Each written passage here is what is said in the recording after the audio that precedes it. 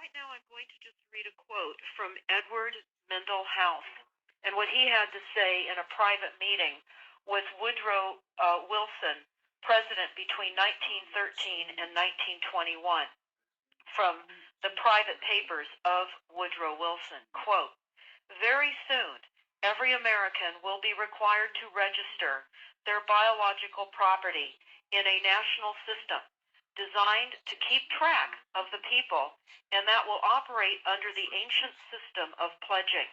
By such methodology, we can compel people to submit to our agenda, which will affect our security as chargeback for our fiat paper currency.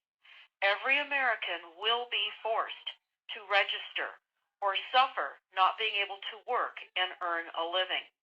They will be our chattel, and we will hold the security interest over them forever by operation of law merchant under the scheme of secured transactions.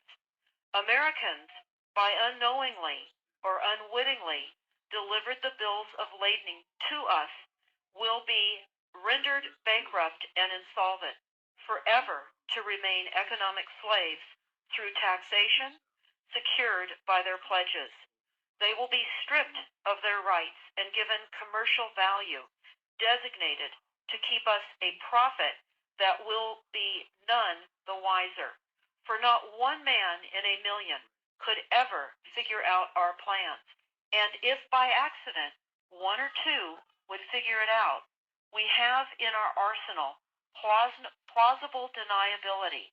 After all, this is the only logical way to fund government, by floating liens and debt to the registrants in the form of benefits and pledges. This will inevitably reap us huge profits beyond our wildest of expectations and leave every American a contributor to this fraud, which we will call social insurance. Without realizing it, every American will insure us for any loss we may incur, and in this manner, every American will unknowingly be our servant, however begrudgingly.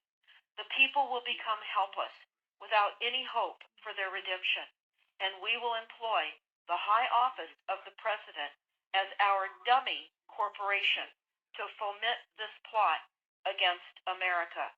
Having established plausible deniability, even if people become enlightened that they had a remedy and pursued it, the attorneys, judges, and legislators could claim that they did not understand the people's claims, especially if the technical requirements for achieving it were not followed pursuant to statutory requirements.